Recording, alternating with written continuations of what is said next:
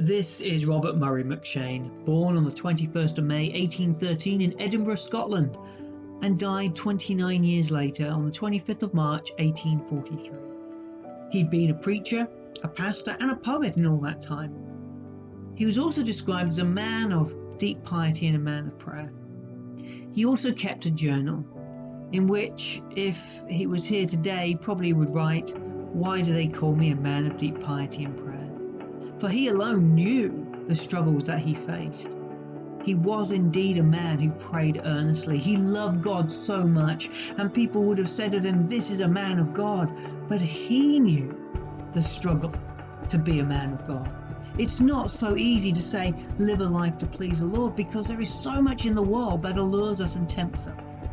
In fact, in one part of the biography, his friend Alexander Bonar writes this: "It appears probable that the Lord permitted him," that is Robert Murray Mcheyne, "to try many broken cisterns and to taste the wormwood of many earthly streams, in order that in after days, by the side of the fountain of living waters, he might point to the world he had forever left and testify the surpassing preciousness of what he had now found."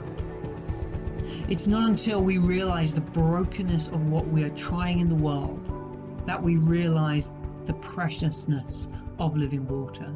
And living water is so different to the broken cistern of the world. Imagine the difference between a flowing stream and a broken cistern. What will the water taste like? What does water taste like when you taste it from a stream high up in the mountains that's flowing off from the glacier? And what does it taste like when it's in the dirty puddle that's been caught there for days on end? They're not comparable. And this is what Robert Murray Mcheyne's experience was.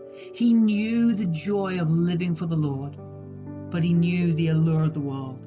And in fact, in several places in his journal, he writes about that struggle. Here are two.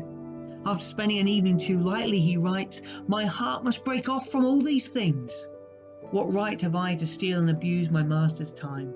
Redeem it," he is crying to me. On December 25th of that year, 1831, he writes, "My mind not yet calmly fixed on the rock of ages." And then on the 12th of January, "My heart has not peace. Why? Sin lieth at my door." He knew what sin looked like. He knew what living for God looked like, and he struggled between the two. Paul, in the letter to the Thessalonians chapter 4, writes, "Finally then, brothers and sisters, we ask and urge you in the Lord Jesus, that as you received from us how you ought to walk and to please God, just as you are doing, do so more and more. For you know what instructions we gave you through the Lord Jesus." And in the remainder of that chapter, we read the allure, the temptation, the broken cistern that was before the Thessalonians. And yet, the effect of living water.